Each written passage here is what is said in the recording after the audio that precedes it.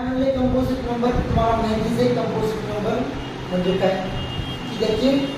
दोन पेक्षा जास्त फॅक्टर असले पाहिजे असे म्हणतात त्याला आपण काय म्हणतो कंपोजिट आणि आता इथे दिले आपण इंग्लिशमध्ये composite number is a number that has more than how many factors two factors example घेतले 4 काय घेतलं किती फॅक्टर करू बघा बरं 1 2 and 4 how many factors are there 3 factors ना दैट्स व्हाई these 3 फैक्टर्स तो भाई इसका मतलब है मोर देन 2 फैक्टर्स इसके बराबर है तो 4 क्या हो गया कंपोजिट अब 6 की फैक्टर निकाल के देखो क्या हो गया 1 2 3 एंड 6 बराबर है तो ये मोर देन 2 फैक्टर्स है ना तो 6 भी क्या हो गया कंपोजिट नंबर हो गया अब प्राइम नंबर क्या है प्राइम नंबर वो है सर जिसके कितने फैक्टर हो 2 तो उसे कौन से 1 और 2 है वो खुद बताइए समझ में है ना तो खुद होना चाहिए तब हाँ और आप सभी को पता है 1 क्या है 1 ये यूनिवर्सल फैक्टर है बराबर है कि नहीं यहाँ तक कोई कोई बात नहीं है अब नोट करने वाली बात ये है कि 2 is the only one even prime number तो एक ऐसा एकमात्र नंबर है वो क्या है इवन प्राइम नंबर है इसके पास कोई भी इवन नंबर कोई नहीं सकता जो कि प्राइम हो बात आ रही समझ में है ना ऐसा इसके बाद उनके बाद ऐसा कोई भी इवन नंबर नहीं है जो कि क्या हो प्राइम नंबर हो सर आप वो चेक करके दिखाओ है ना अब कुछ वन से है ना ऐसा नहीं है हम वो भी नहीं है अब क्योंकि मान लो क्योंकि हम ये 4 का भी चेक कर लिए बराबर है 6 का भी चेक कर लिए 8 चेक करके देखो फैक्टर कितने आएंगे 1 2 4 एंड 8 ये भी प्राइम नंबर नहीं है बाद में 10 ये भी प्राइम नंबर हो ही नहीं सकता 12 वो भी हो ही नहीं सकता मतलब 2 को छोड़ के बाकी ऐसा कोई भी इस दुनिया में नंबर नहीं है जो क्या है इवन प्राइम नंबर बात आ रही है समझ में अब 1 जो है ये प्राइम भी नहीं है और कंपोजिट भी क्योंकि प्राइम नंबर में उसकी डेफिनेशन में नहीं बैठता और कंपोजिट नंबर की डेफिनेशन में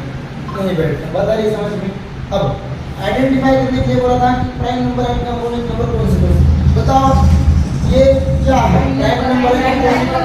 प्राइम नंबर क्यों सर इसके सिर्फ 2 ही फैक्टर निकलते 1 एंड 11 अब 18 बताओ प्राइम है कंपोजिट 1 2 3 6 ऐसे फैक्टर मतलब मोर देन 2 फैक्टर्स इसके आगे भी फैक्टर है 9 और क्या है 9 पर क्या है 18 बात आ रही समझ में मतलब मोर देन 2 फैक्टर्स है इसका मतलब क्या हो गया बेटा 18 is composite number 11 is prime number इसके सिर्फ 2 ही फैक्टर होंगे बेटा 1 और 23 क्योंकि 23 किसी टेबल में आता है क्या बताओ 2 का टेबल लेके बताओ आता है क्या नहीं 3 के टेबल में आता है क्या नहीं तो इसका मतलब ये क्या हो गया बिल्लू प्राइम नंबर आता 49 से बताओ क्या है प्राइम है कंपोजिट है अब इसका सर फैक्टर निकालो ना सर 1 2 से जाता है क्या 3 से जाता है क्या 7 से और 49 खुद मतलब मोर देन 2 फैक्टर्स हो गए कि नहीं है ना इसका मतलब 49 क्या है बिल्लू कंपोजिट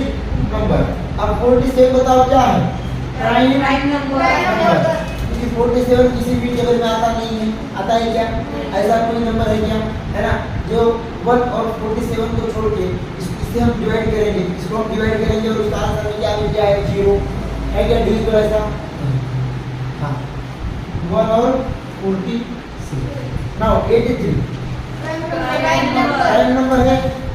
या कंपोजिट नंबर है प्राइम नंबर बात आ रही है समझ में 101 क्या है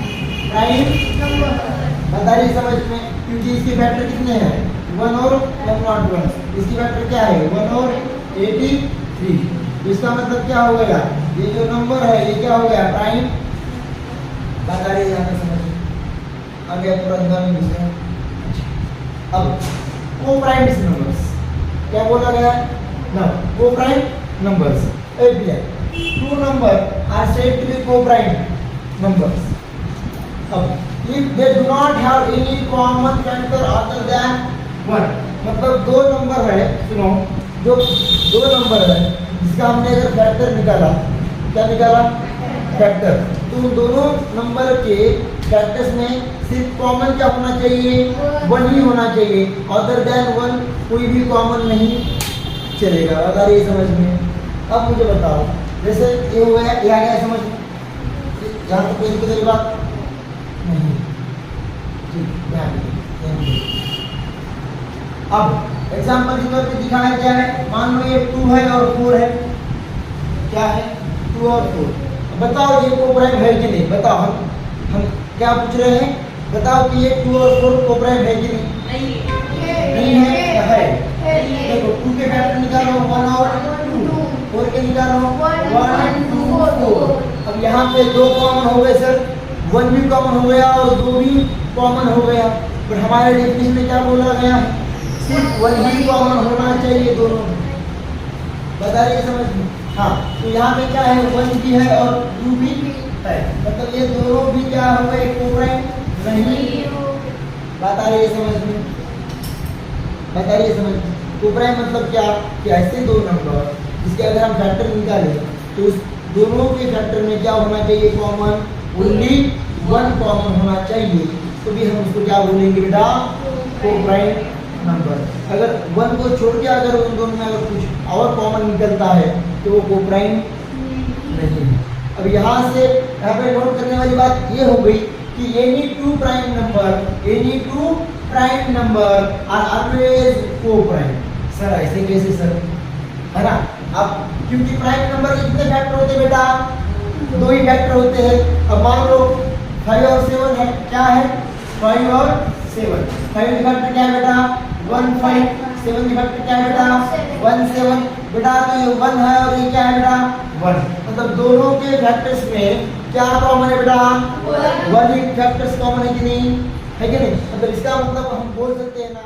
any two prime number are always coprime, मतलब कोई भी 2 प्राइम नंबर ले लो, कि जोड़ी साथ में एक रख लो, वो क्या हो जाएगी, कोप्राइम हो जाएगा, बता रही समझ में यहाँ तक। अच्छा बेटा अभी क्या है, ट्विन मतलब जुड़े भाऊ, क्या म्हणते हैं आपण, जुड़े, है ना, जुड़े म्हणजे काय बेटा, कि द 2 नंबर्स,